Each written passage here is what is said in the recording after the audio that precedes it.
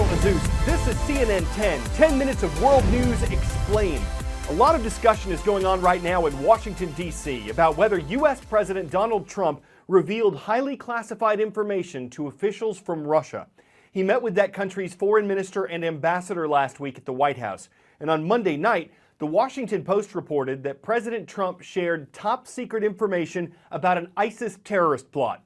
Why would this concern some U.S. intelligence officials? Well, if the president shared sensitive information with Russia, it could reveal to that country or others some methods or sources that America uses to gather intelligence. And that's something the U.S. doesn't want to be known.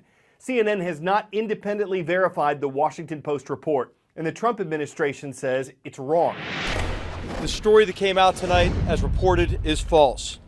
The president and the foreign minister reviewed a range of common threats to our two countries, including threats to civil aviation. At no time were intelligence sources or methods discussed. And the president did not disclose any military operations that were not already publicly known. And I was in the room.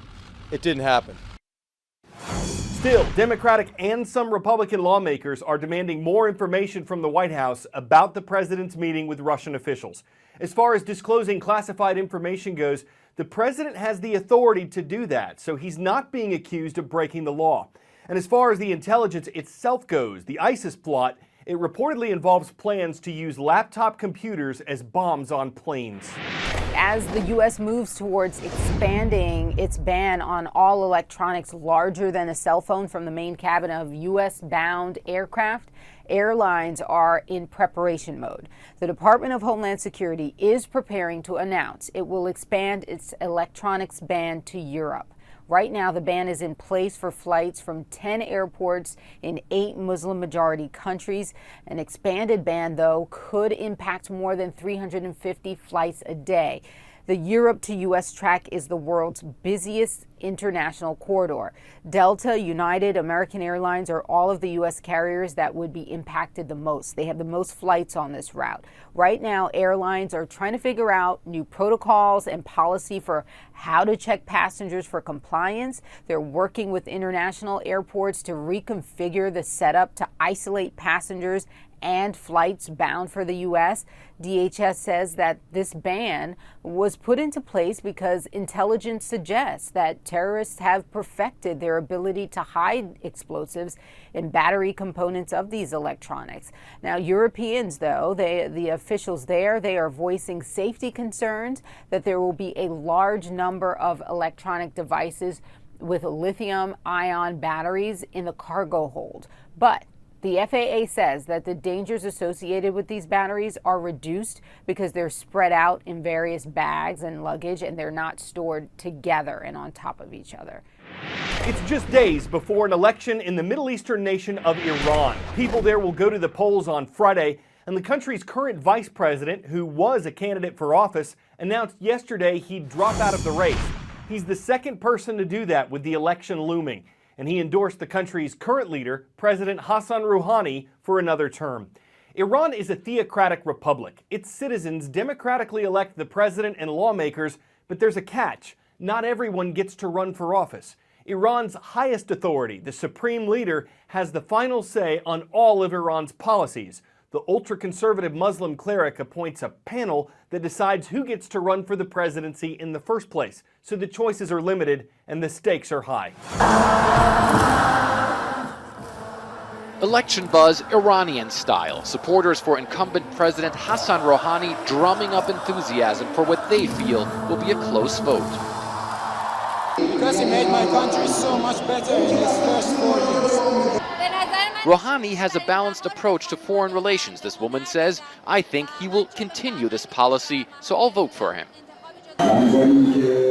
Rouhani is a moderate. He wants to build on his biggest achievement, the nuclear agreement reached 2 years ago between Iran and several world powers that curbs Iran's nuclear ambitions in return for sanctions relief. But these folks are in a tough political fight against Rouhani. Iran's conservatives have unified behind this man, the ideological hardliner Ibrahim Raisi. The conservatives want Iran to get tougher on America and say the nuclear agreement hasn't brought the economic benefits Rouhani promised. Our youth are ready to work and get married, Raisi said, but the framework is not right for them to get jobs. Does this situation really need to continue? And should we continue to look to foreign powers to solve our problems? Campaigning has become vicious by Iranian standards. Almost all candidates accused each other of being corrupt in a recent TV debate. Rouhani even saying conservatives tried to undermine his efforts to negotiate the nuclear agreement. Many analysts and pollsters here in Iran say the race is simply too close to call just days before the election. That's also because around 15% of voters remain undecided.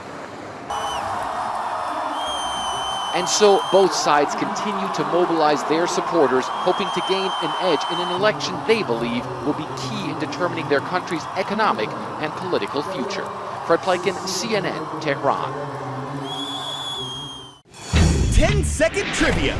Levi Hutchins has a place in American history for devising what timely invention in 1787? Railroad timetable, punch clock, stock ticker, or alarm clock?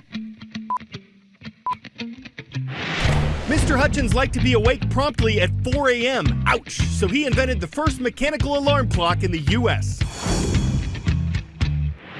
He apparently didn't patent it though, and he made it just for himself, so Levi Hutchins doesn't get the credit for inventing the mass-produced alarm clock as we know it.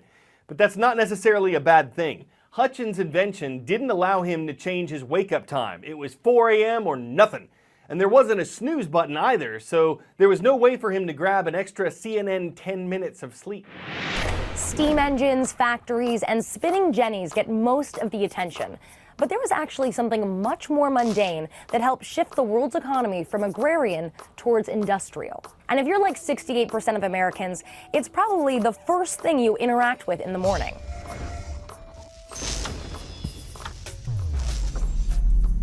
I'm talking about the alarm clock.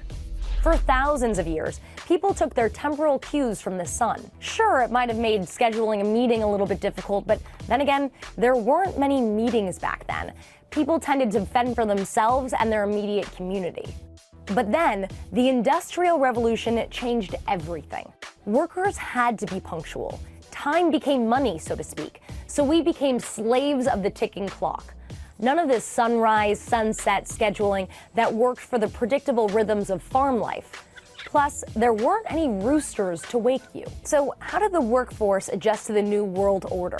At first, factories installed whistles or bells that sounded throughout the area to alert its employees that the workday was set to begin. Some companies even hired knocker-uppers to bang on windows and rouse their employees at their homes. Then, in 1876, an American company received the first patent for a mechanical alarm. Even though the concept and the crude models dated back to Plato, these were the first mass-produced alarm clocks, and they paved the way for a huge improvement in personal and business efficiency. And they're also why I'm so groggy all the time.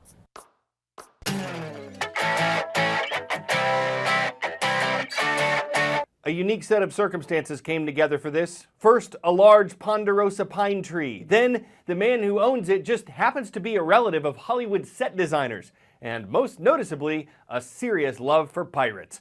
This treehouse ship has sails, cannons, chains, rudders, it's got a captain's quarters, and a crow's nest that's reportedly the highest structure in this small town in Arizona.